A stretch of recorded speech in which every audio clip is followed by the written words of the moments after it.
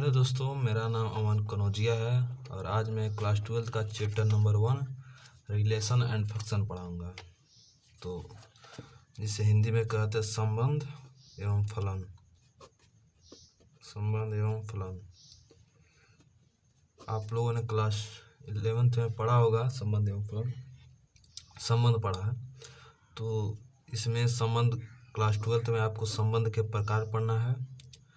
तो संबंध तीन प्रकार के होते हैं: स्वतुल्य, सममित और संक्रामक। ठीक, तो स्वतुल्य किसे कहते हैं? यदि कोई समुच्चय, स्वतुल्य मतलब स्वयं की तुलना। ठीक है, स्वयं की तुलना इसे ट्रिक है जो कि स्वतुल्य मतलब स्वयं की तुलना।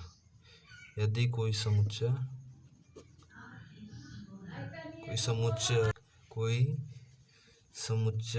ए हो, इसकी डिफिनेशन हो जाएगी उस पर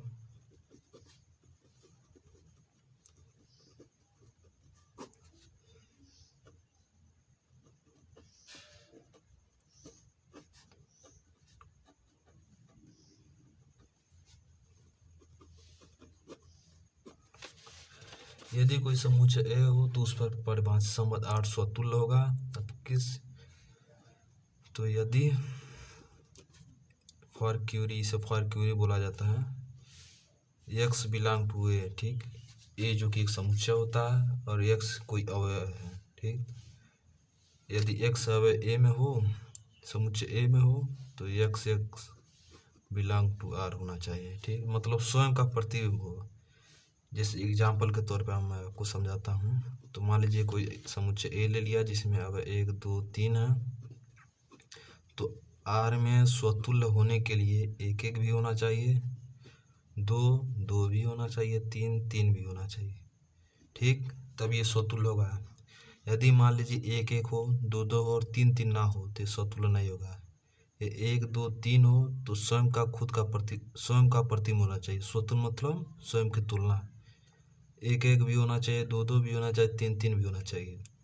अगर इनमें से 1 से 2, 1 का भी प्रतिबिंब है, 2 का प्रतिबिंब और 3 का प्रतिबिंब नहीं है तो स्वतुल्य नहीं है। ठीक है, जितने भी समुच्चय ए अवयव है उसका प्रतिबिंब होना चाहिए, तभी स्वतुल्य माना जाएगा। ठीक, सममित के लिए, ठीक, सममित यदि ए बी बिलोंग टू ए।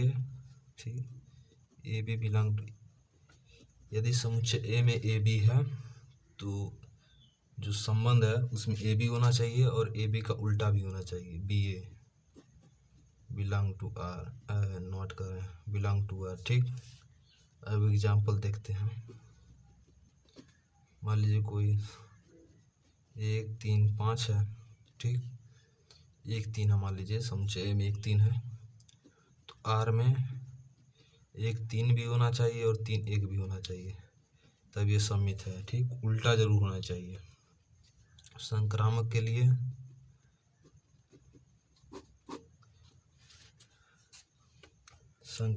लिए, सभी अवयव, ठीक नहीं,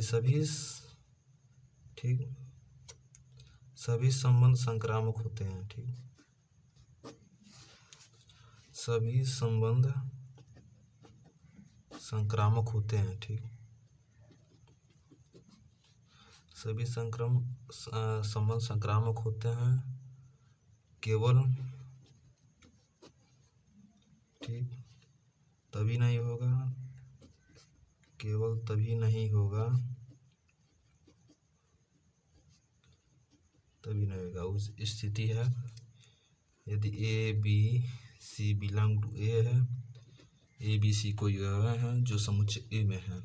ठीक, तो A B belong to R और B C belong to R. ठीक, यदि ए बी आर में है, बी सी आर में है तो ए सी भी आर में होना चाहिए। तब ए सी दिया है संक्रामक के लिए सभी संबंध संक्रामक होते हैं, केवल तभी नहीं होगा जब A B C B belong to R, B C belong to और A C is not belong to R, ठीक, तब संक्रामक नहीं होगा, ठीक। नहीं तो इसके बाद जो भी समुच्चय दे दिया, ठीक, जो भी समुच्चय जो भी संबंध दे दिया जाए तो सब के सब संक्रामक हैं, केवल यदि ए बी आर में हो, बी सी आर में हो, अगर ए सी आर में नहीं तो भी संक्रामक नहीं, तो इसके अलावा जो भी आएगा सब संक्रामक है। तो संक्रामक होने की स्थिति को भी हम बताते हैं। अब संक्रामक होने की स्थिति, ठीक, संक्रामक होने की स्थिति, ठीक, यदि, ठीक, संक्रामक होने की स्थिति यदि